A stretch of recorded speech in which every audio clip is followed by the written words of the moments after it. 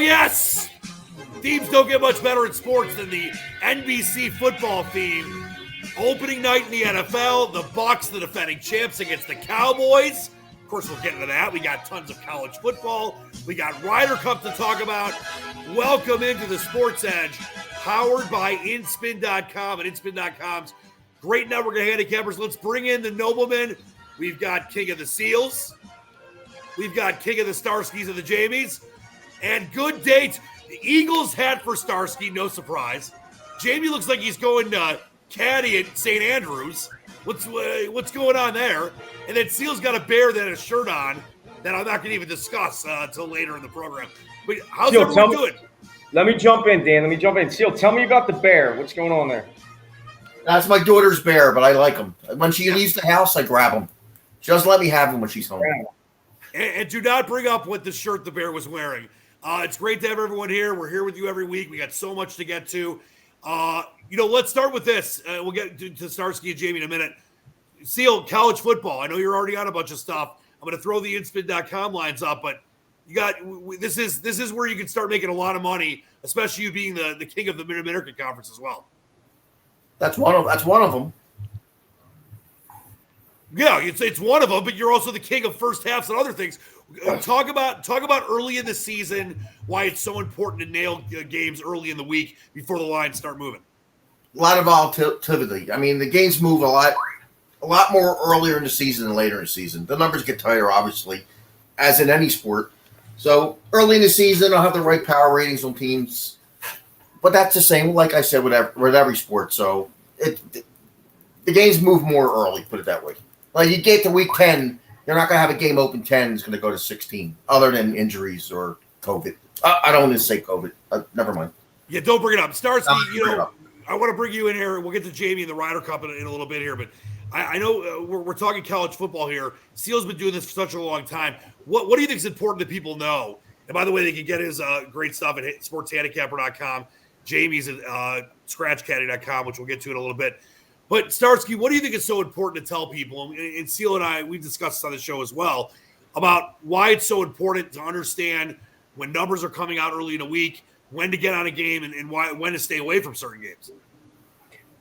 It's information. I mean, that's what Seal does. Seal's a reader. He's known as a reader in the industry. He spends a lot of time, a lot of hours, wakes up early in the morning, starts to read, finds information that other people don't have. And information is a tough thing now. Like back in the day, and when I say back in the day, I'm talking about 20 years ago, before the internet. A guy like Seal was waiting for the newspaper delivery. He's waiting for the guy to get back from New York City, buy the guy that they sent every morning from our office to buy every newspaper across the country. He was combing through newspapers. Things obviously have changed now. Now the information's out there. It's a much harder game now. That's why signing up with services like ours are so important, because Seal had to adapt. Before, when he was reading the newspaper and he was the only one that had information on a game, and you were calling from rundowns. You were calling the bookmakers in New York and Philadelphia and all over the place for rundowns, and you were able to make the bets on games at the number where there was still value. It's not necessarily there anymore. Seal has to work harder. He's got to. He got me a couple weeks ago, and then he's telling me I got to pay for this fucking subscription and this subscription and this subscription. And, it's crazy. Everything has a subscription now. All these, the Memphis Chronicle and all these other whatever. I don't even know the names of them. But Seal has them all, and that's his job. His job is to get his subscriptions. His job is to get in there every day and to find the news on the blogs, on Twitter, on these small newspapers, the information that's not on services like Don Best. The information that nobody else knows about, because that's the only way to find value in the line now.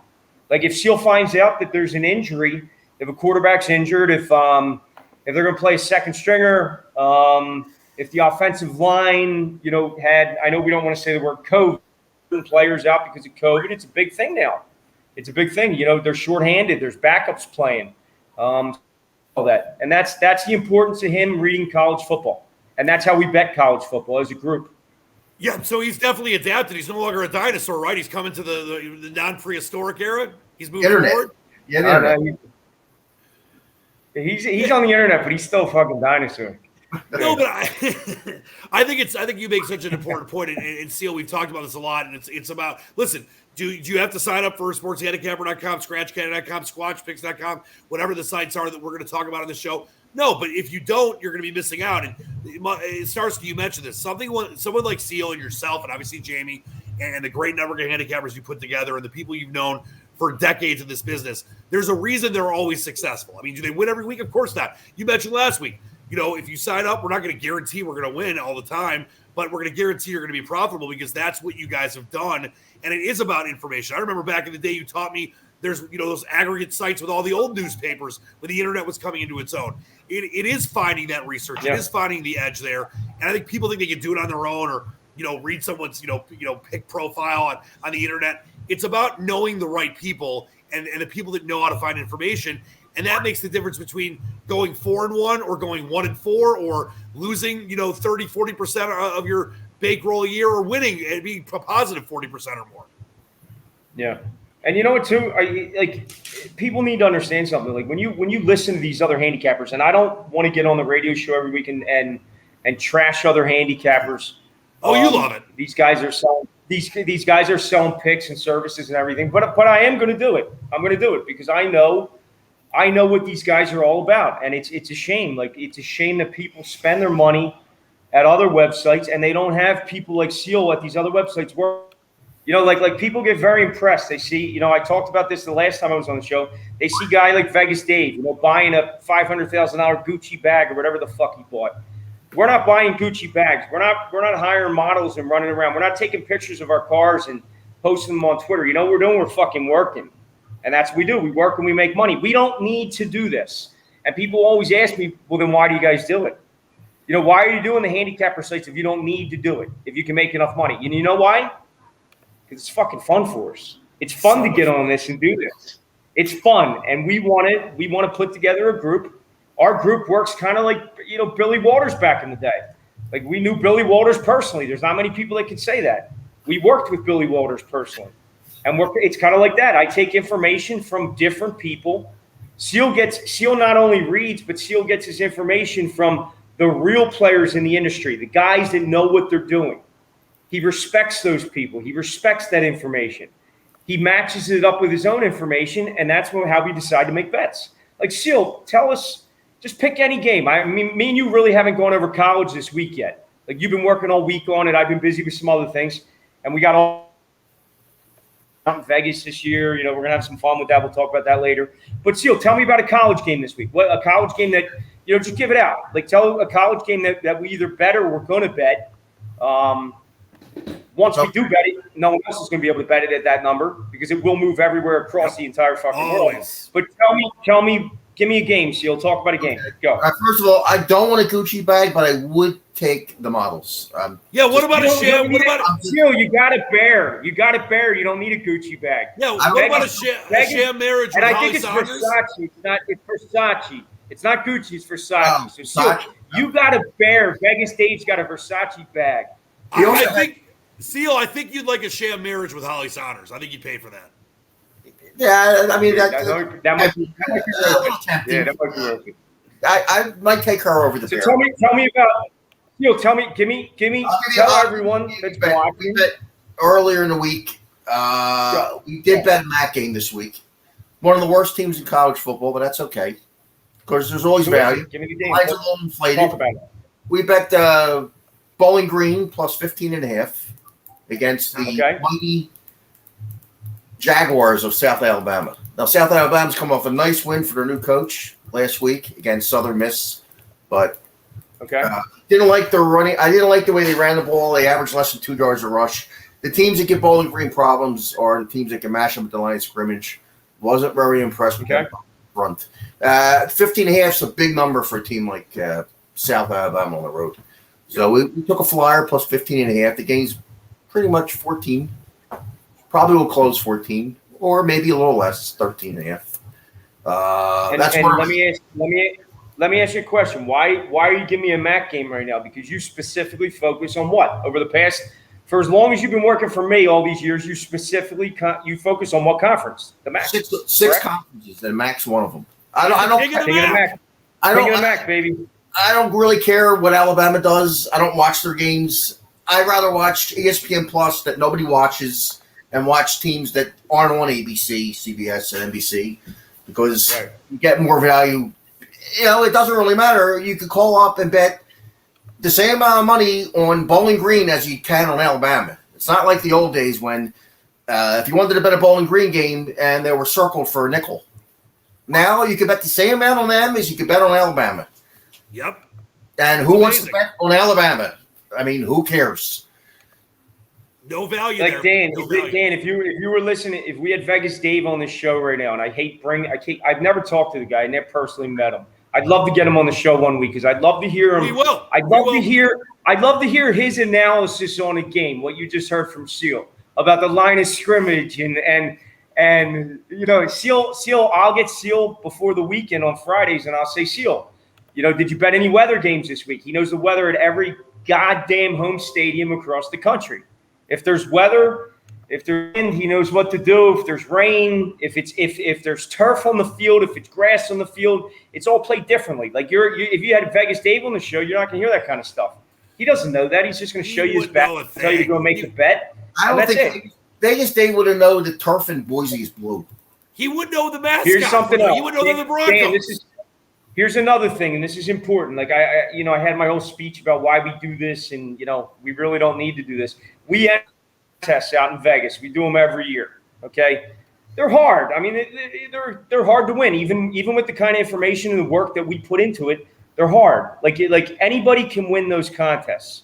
Okay, you could have the sharpest better. You know, there's a guy Fezzik that works with Raz now. He worked with Raz a couple years in a row. The year after he won 2 years in a row, I enter every year's in spin. Going into the final day, I was in first place. I was tied for first place to win the whole thing. The final day, I shit the fucking bed. You know, I came in third. I still took down a lot of money, but the first place guy beat me by a point and a half. That's the best I've ever done in that contest in the last 15 years. A third place finish, which isn't, you know, it's great, but it's not first place. And if you're not first, you're last, right? Yeah, so, but listen, I mean, that's the way I look at it. I want to make a comparison. You know, I will Talladega Nights for you, by the way. Yeah. Shake and bake. That I'm going to make a comparison for you. That contest is like the World Series of Poker. There are people that are incredible poker players, Phil Ivey, Hellmuth, whoever, Negreanu, Mike Mattis out, and it doesn't mean they're going to always win the World Series of Poker because there's some luck involved. But the fact that they're always in the mix explains how good they are. That's what you are, and that's what Seal is, and Jamie for golf, etc. When it comes to Hilton, well, Seal actually placed in the Hilton last year. He won. We took down some money. We took down more than enough to, you know, for all our entry fees and everything else, and that's pretty impressive. I mean, there was thousands. I don't know the exact number, but Seal was in the top 100 last year. Like, I don't know if it was top Seal. I don't know exactly what you placed, but I know you were definitely in the top 50, and he took down good money. I mean, that's not bad when you have thousands of people entered. No, this year, not easy. This year we're in the Hilton. We got entries in the Hilton. We got entries in the circuit contest, which Seal told me earlier they're having problems filling, which is gonna be a problem. We're in survivor pools. We're doing everything, and it goes back to the same thing. Why do we do it? Because it's fun. It's fun. Yeah. We don't need to do the Hilton contest. We're probably it's a gift. It's a donation to the Hilton. But you know what? If we ever do take down a first place finish, it's gonna be pretty fucking exciting. Like we're gonna fly out to Vegas all together and collect that check. It's pretty awesome. And we're gonna follow that on this show all season. But Dan, here's the important thing. This is advice for people that may or may not, you know, may be watching the show now or later on. These handicappers, what they do, or the scandicappers as I call them, they enter these contests, but they don't enter under their website name, and there's a reason for that. If they enter under their website name and they do poorly, it comes back to them and their website looks poorly. You don't want to buy picks from them anymore. Okay, we don't do that. Okay, we don't give out both sides of games like these handicappers. We enter the contests under our website names. These handicappers, they open up, they're opening up under different names. And then what they do is if they're doing good with one of those accounts, they say, hey, in the Hilton contest, I'm in the top 10, you know, check for this name under the Hilton. And that's where the bullshit comes in. Okay, yeah. Seal's entry in the Hilton contest or the other Hilton contest is Sports Handicapper.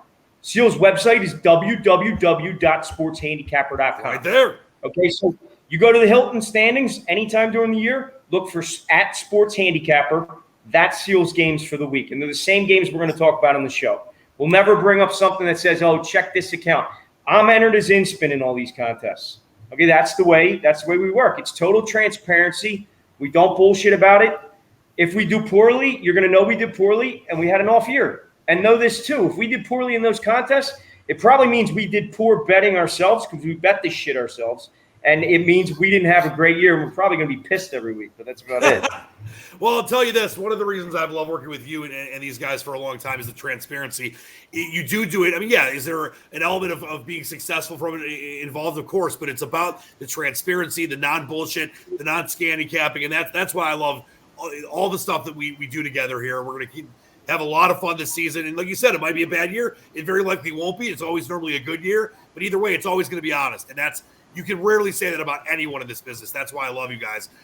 Seal, we'll get back to you. I want you to talk about, Dan, jump on RYDER Cup. Because I want to tell you, yes, yep. I called Jamie about the RYDER Cup. And I want you to Jamie, I want you to tell them what yesterday. What was the phone call about? I read a news article, and I don't know much about golf. Okay, I've played lots of it. I suck. I'll be honest. I'm always honest about everything. We're going to play soon. Don't worry. We're going to play soon. We're honest about picks and we're honest about our golf ability, and I suck. But I enjoy playing golf. And Jamie's a guy you go out with on the golf course, and you actually, he doesn't just know which golfers to bet every week. He's a fucking hell of a golfer. He's one of those guys that at the golf course we play out down here, his name's on the board. I mean, you had a hole-in-one on what? Yeah. Where was that at? I showed my son. There's a funny story, Dan, actually, many years ago when and Dan, you played that course. It was the course down here, the Bajay course. I can't wait to play it again with you this fall sometime. Yeah, go ahead. Many years ago, Dan, when Starsky tried to bring me over on board and he said, come on, we'll go and have a game of golf. I was like, yeah, okay, sure, no problem. So we're on the first tee and I strike one down the middle. Don't fucking start. And here we go. There's a practice range over on the right-hand side. I asked you a nice question, and now you got to throw me under the bus. Starsky managed to find the only hole in the netting and nearly broke a guy's elbow. I took him out. I hit the drive off the tee, and I nailed the guy. He fell to the fucking ground. Oh, that's 5 points. It's 5 points. So I had to go over. I had to talk to the guy. And Jamie, we were with a couple other guys. I don't know who else we were with. They're all fucking laughing. And they're like, dude, you suck at golf. And I'm like, yeah, I know. I said, but there's supposed to be protective netting. This is like baseball. Foul balls now. They put up netting now so the people in the stands don't get hurt. Well, this golf course didn't have that. So I hit this guy with a 200-mile-an-hour golf ball in the back of his elbow when he was on the driving range. And the funny part of it was he was kind of pissed off when we got there, obviously, when we went over to see if if we had to drive him to the hospital. But we paid for his round of golf at the end. We went up to the guy at the thing. So he probably still has elbow injuries to this day because of me. But he got a free round of golf. So you can't beat that. But Jamie, let's talk about the RYDER Cup. What was that discussion like you had with Starsky yesterday? Yeah, so it's the RYDER Cup now, isn't it? In a few weeks. I think the end of September, the US team was all announced. The European team's not done yet. There's still some more places there. They're playing the PGA Championship this week over in the UK, so they'll finalize the team this week. But obviously, the US team they didn't put Patrick Reed in there, obviously with his health problems that he's had lately. But was it just health, or was it? I read something too that he criticized some shit back in 2018. That's right. It's Patrick Reed, isn't it? I mean, he's going to do and say wherever the hell he wants, and that's what he does, right? Doesn't care about the consequences. You said he cheats too. How does he? Well, there's a few dodgy things that he's done, isn't there, over the years? Dodgy. I love that word, dodgy. That the people of TV or not seen on TV or whatever, but look by the Cup team for the US. It's a hell of a team on paper, isn't it? But just because it's a good team on paper doesn't mean it's going to be any good on the actual course itself. These players are going to play together. They're going to be together for 4, 5, 6 days, 24 hours a day.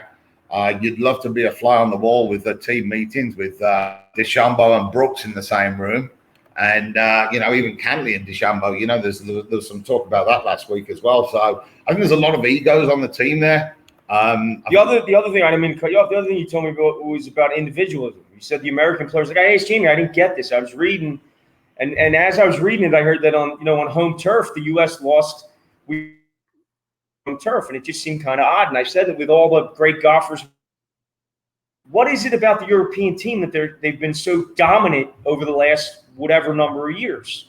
And one of the things you said to me was that they play European players when you were growing up. Yeah, you played that format, that team format. Yeah. And the U.S. players, they play more as individuals. It's more Tiger against this guy against this guy, this guy against this. So when you get into the team atmosphere, they're not as prepared to play as a team as the Europeans are, and that kind of makes sense. Like, it did make sense to me. And there's a few other things as well you've got to look at. I mean, the Ryder Cup in USA, it's not an away game for Europe anymore. All the players are based there, so they're all. Yeah, a lot of them are in they Florida. know everything. A lot of them live they in know Florida.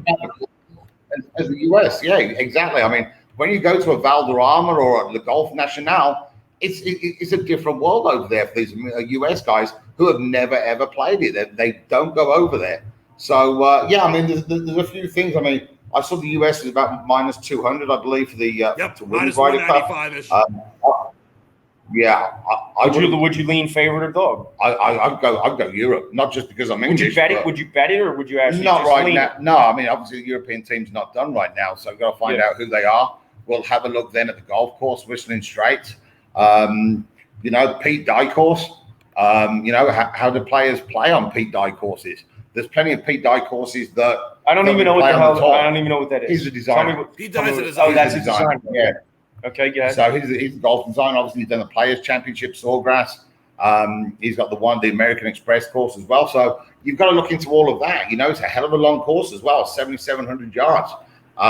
You know, you look at the US team, you know, DJ, Bryson Brooks, Finau, Scheffler, Cantley, they can all bomb the ball. There's going to be no short players in there. So then that's what you're going to need. So we'll have a look at the teams when they come out. We'll probably do some matchups more. I think there's going to be a hell of a lot as well about playing in this environment and playing in front of the crowds where there's a lot of noise around. So, I mean, we'll be looking into a whole bunch of things there, but I think we'll be looking at the matchups per day and maybe top point scorer as well, something like that. The good thing to mention, too, with anybody, I know you guys have Jamie on the show every week, and I'm just coming on. European odds on golf are a lot better than American odds, obviously. Right.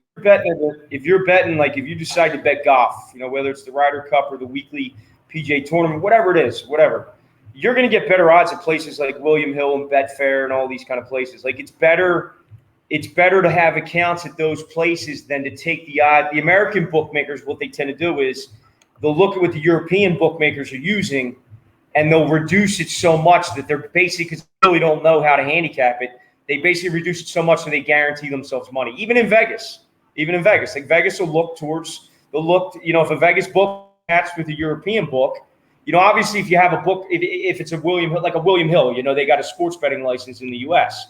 Right. Like their odds are going to be right on. They're going to be right there, you know, with the other European books. But it is as a bettor, if you're going to bet and you want to make money in the long term off, it's better to have your bets into the European account if you can open one rather than an American-based sports book. No, that's a great point. Two quick things. One, my dad has played Whistling Straits. He played it a couple years ago. It is beautiful but incredibly tough. And don't forget, Jamie's great golf stuff is at scratchcaddy.com. And by the way, I found this. I just found this. This is how good I am. This is a live video, Starsky, of I believe you hitting that player in Costa Rica. So let's take a look here. Here's some live video. There's you lining up. It's a great shot. It goes a little wayward there, and they're right. It hits a fan right there. You go. You hit the guy right in the face. Right in the face. So there you go. That's live video. That was you. And did you buy him a drink at least? I hope so. I'm sure that guy got a lot more than a free round of golf. I sure hope so. Please check out all JV stuff at scratchcaddy.com. Let's bring Seal back in here and talk NFL. And of course, you can get Seal stuff at sportshandicapper.com. Mike, because I know before we, I don't know how long we're going today on the show. Get Seal. Seal, tell me 12 minutes. Tell me about tonight. Talk about tonight's game. Tell me about tonight's game, Seal. NFL, go. Tampa, Dallas. I have Dallas rated a lot higher than most people do this year. I agree. They can't possibly have the amount of injuries they had last year.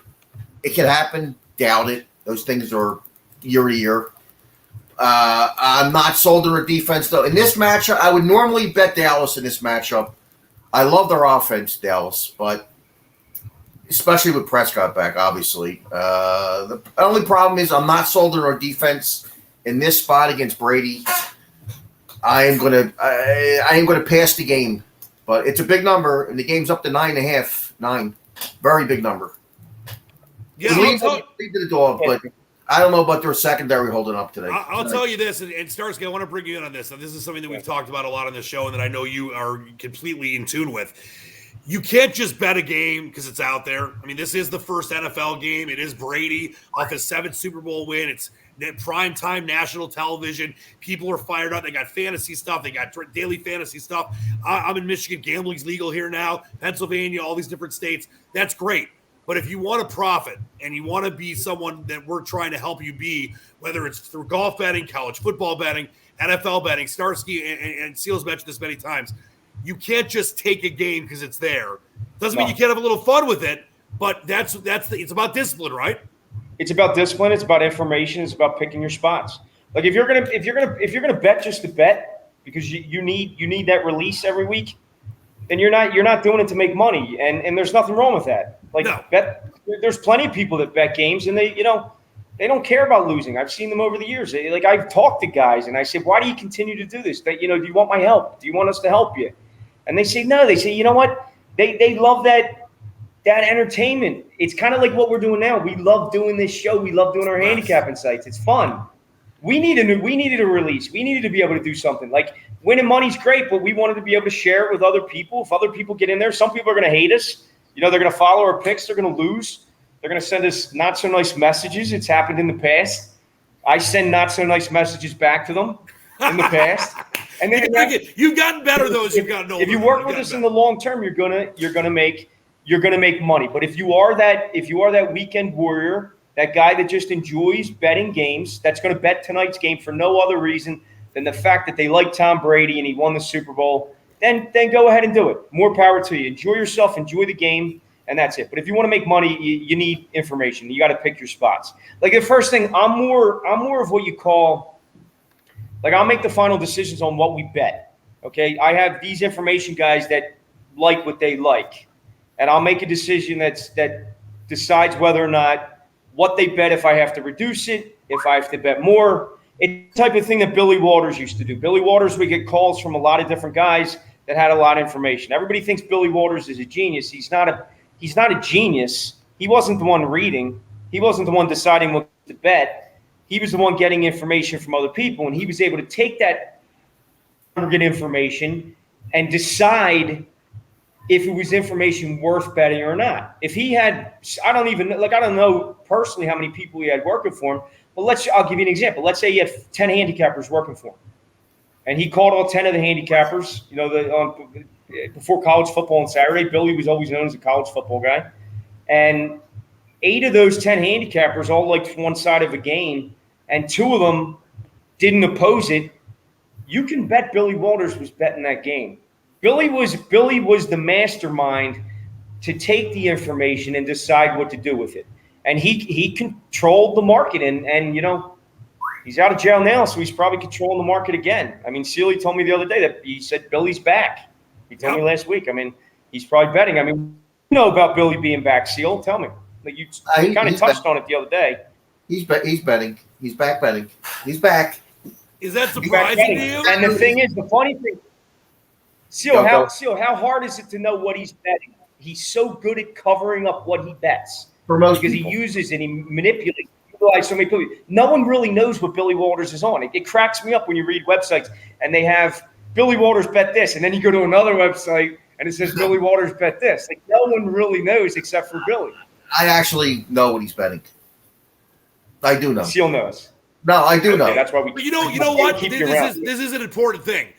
The reason Seal knows, and the reason that you and Jamie and we all, and I've known you, I was going to mention, I've known you for 20 plus years, and all the things you say are true and honest. If you're bad, you're bad. When you're good, you're good. It's always transparent, which is why I've always loved working with you. And it's one of these things where the reason Seal knows is because that's why Seal is who he is.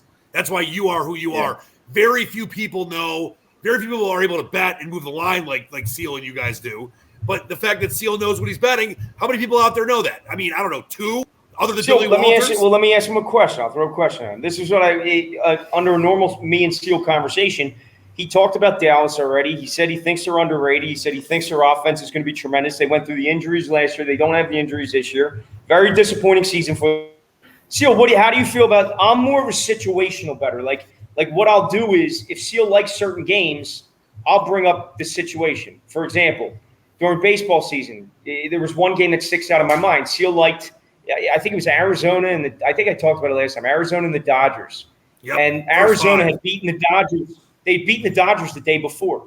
And when I was talking to Seal, he got into all his pitcher information, the things that he read about, and he said, I like Arizona first 5 innings. And I said, but Seal, Arizona beat the Dodgers yesterday. The Dodgers are the Dodgers. Like, they're fighting to win that division. They don't want to end up a wild card. The San Francisco and the LA are fighting to win that fucking division. I said, do you really think it's a good spot, a good situation to bet against the Dodgers today? And that's the difference between me and Seal. So I would ask Seal today on the phone, I would say to him, how do you feel about teams in their first game off a Super Bowl? Like tonight's game. How do you feel about that? Back in the day, people would bet against the team in their first game after the Super Bowl. That's what I would. The Patriots have been really good. They've only lost once, but a lot of other teams have lost. I think like 4 of the last 5 non-Patriot teams have either lost or not covered on the opening night. And that would be what's considered what we call a situation. It's not real information. It's not something that was read. It's a specific betting spot. And that's the thing. You got to take that into consideration. You got to take that into consideration. You got to take the information you have into consideration, the Seal information, and you have to respect other people in the industry that are doing the same thing that we're doing that win the way we do. Not just everybody, and it's a very small minority. You have to respect what they think too, because Seal can only read so much. Jamie only knows so much. We all only know so much. Like if there's proven winners and we know who they are, and we know what games they're on, we may stay on our bet because we like it that much, but out of respect for them, we would probably reduce it before it went off. Or hedge it off and go for a middle. If we laid 7 on the game and Seal finds out that, the game went to 10, somebody's coming back, they're going to start taking 10 on it, we might grab some 10. Hope it lands 8 or 9. That's the kind of way to do it. And that's what you have to do. To be honest, one of the things we're going to talk about a lot on this show throughout the season is, people, a lot of us that are watching might know what middling a game is. It's something that you taught me, Starsky, years ago. We'll talk about things like that. You mentioned coming back on a bet if a line goes, you mentioned going back to 10 if you got it somewhere else, and it's all about finding that value, and that's why I love what we do here, because it's all about explaining to people that maybe some of them that are watching are savvy, but a lot of them aren't, and that's why they're going to be successful by being involved, whether it's with just watching the show, whether it's signing up for UCSportshandicapper.com, Jamie's site, ScratchCandy.com, the Squatch's site, SquatchPicks.com. But, you guys have done this for such a long time. There's such a respect level there. Before we get out of here, though, I wanted to give Seal, you got any other NFL? I know you had a teaser you liked. You want to throw out anything else NFL-wise? The Rams teaser. Give me a Rams teaser. I bet 2 teasers. I started to bet some 6-point teasers, 3 teams. If you can get 1.5 to 1.5 to 1 on a 3-team. Yeah, but on those 6 on that Seal, tell them too on those 6-point teasers. What kind of odds are you looking for? Like, well, 6 point. The 6-point 3-team teaser I bet earlier was Redskins plus 7.5. You're grabbing the key number there. Go ahead. Washington football team, please be respectful. Washington football team plus 7.5, -1 on San Francisco, and the Rams -1.5. Yep, and the San Fran's played by Lions. They're up to 8.5 right now.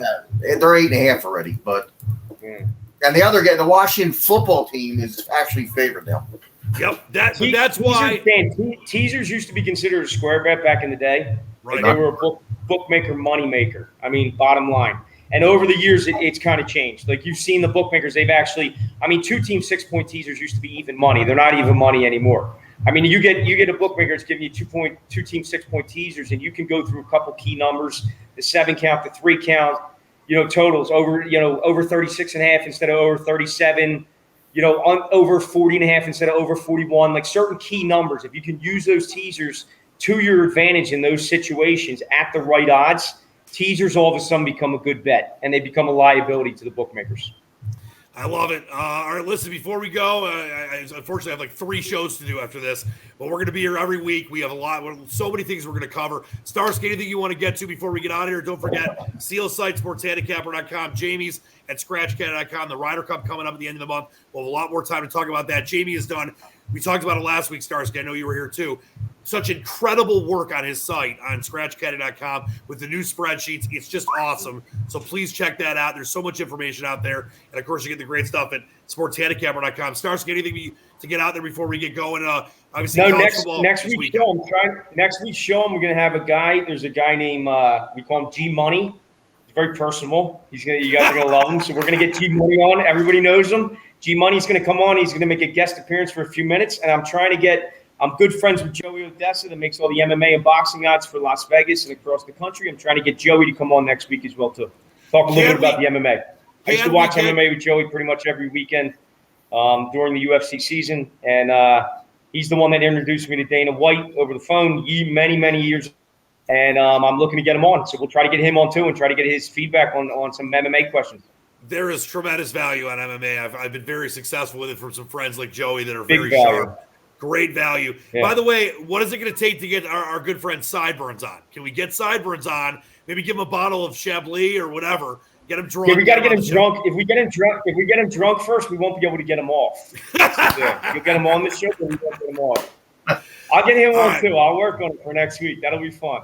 That'll be a good show. So many great things ahead. I love all you guys. Please check We'll out. We'll go through next week. We'll go through our picks that we released and all the contests. Yep. People will be able to check it online, so they can check the Hilton, they can check the Circa, they can check all the Survivor contests we're in, and we'll give out some free picks. We'll give out lots of free picks in the NFL and college, and hopefully everybody can make some money on them. And I'll throw up those sites throughout this show. We'll go to the Circa site, we'll go to the Hilton site, and show everyone where everyone's at. So, like you said, it's all transparency. Sounds good. Great stuff by all you. Check out sportshandicapper.com for Seal's great college football and NFL stuff. Jamie, of course, at scratchcaddy.com. Starsky, you're the maestro. You're our hero, so thanks for all your great information. Good luck to those Eagles. Is Jalen Hurts going to have a good year? No? It remains to be seen. We'll see. I'm still going to root for him. You know what? I was going to wear the Phillies hat today because I haven't given up on them yet. The Reese Hoskins thing kind of got to me, and I kind of lost a little bit of faith. But they're still right there in the mix. There's 20 games left. Anything can happen. I mean, the Mets are still in it. Anything can happen. So if the Phillies make the playoffs, I'll be extremely happy. The Eagles, it's gonna be a rough year. It's gonna be a rough year for the Birds. But I'm not a fair weather fan, so I'll be rooting for them every weekend, whether I bet against them or not. As I like to say, the dream is alive. That's all that matters. And Seal's got his bear. What's the bear's name? Is it Slapsgiving? Mr. Slapsgiving? Actually, his name is Bearsy. Bearsy. Very unique. Very creative name. That's going to do it for us this week. He's topless today with no shirt on, thanks to you. Hey, yeah, we're not going to I watch it. There's this guy on Facebook that does those eating shows. Not Portnoy that does the pizza and the Barstool Sports, but there's another guy, I forget his name, but he does the eating contests all throughout the country, and he's got a little bear too, Seal. Oh, he does? He's got a little bear there you go. I have a big bear. He sells them. You can sell those things. He sells his little bear. He's got to get it on the website at sportshandicapper.com. Yeah. The Bears. All right, we'll make more money at bear sales than betting games, Seal. Pretty good. Maybe you could stick some things inside the bear that we won't talk about right now. That's going to do it for us. No. This is not an extreme show. Maybe some asphalt. It's a family show. It's a family show. Yeah, it is definitely a family show. For Starsky and Jamie, for the great Seal, I'm Dan the Man, the Squatch. We love you. Check out sportshandicapper.com, scratchcaddy.com. Until next time, keep reaching for the stars. Believe in the dream. We love you all. Peace. Yeah.